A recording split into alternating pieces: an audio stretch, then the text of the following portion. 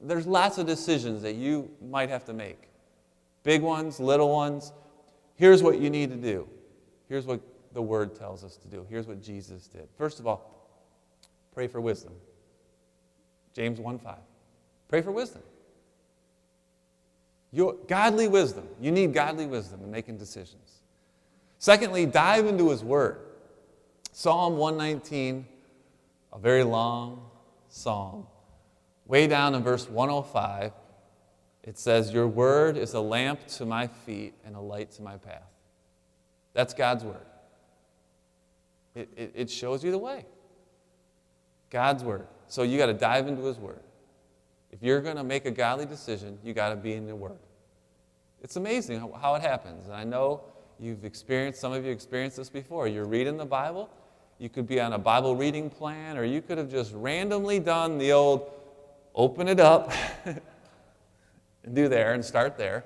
But when you read God's Word, He speaks, because the Word of God is living and active. All Scripture is God-breathed, and it's useful for teaching and rebuking and correcting and training you for every good work. So dive into the Word and listen, because that's God's voice. The Word of God, the Bible, is His voice. Dive into it. Keep reading it.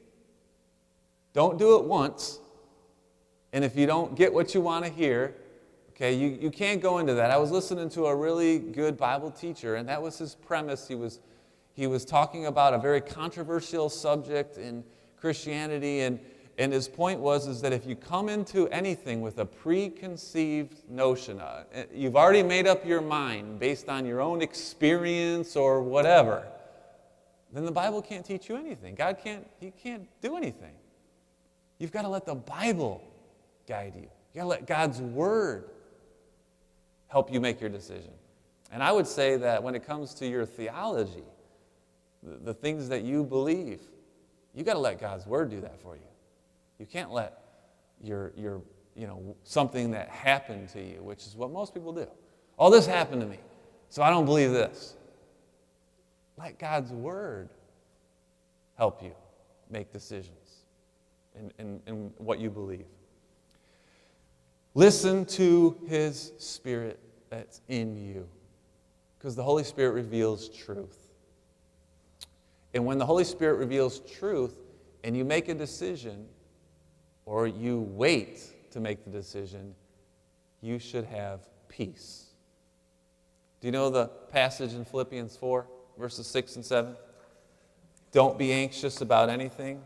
And whenever you read that, you always laugh, right? Because especially the ones that are the most stressed out. Don't be anxious about anything. Well, that's not exactly what it means, okay? Doesn't say don't be stressed. But it says when you're anxious, by prayer and supplication with thanksgiving, let your stress be known to God, and the peace of God, which surpasses all understanding, will guard your hearts and minds in Christ Jesus. You're praying and you're waiting for peace. Waiting for peace. And then I would say Proverbs 15:22 tells us to seek wise counsel. Seek wise counsel. Without counsel, plans fail. But with many advisors, they succeed. So when you seek godly counsel, when you have to make a big decision, that's good. That's smart. You should do that. You should also ask some questions that I think are godly questions, like, does this decision right now that I'm about to make, does it require faith?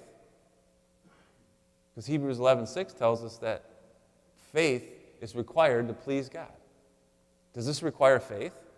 Am I trusting God here? Does this decision depend on God's strength?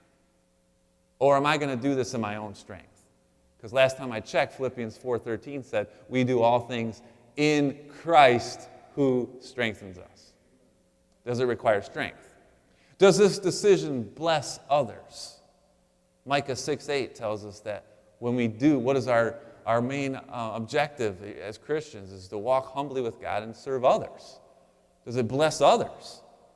And does it honor God? Does this decision honor God? Will God be glorified in this when I make this decision? Those are questions you can ask yourself, and many more along the lines of it.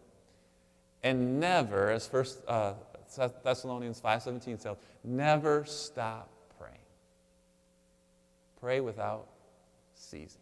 Never stop praying. And if you do all of that, you'll make godly decisions. And when you make godly decisions, you'll be blessed.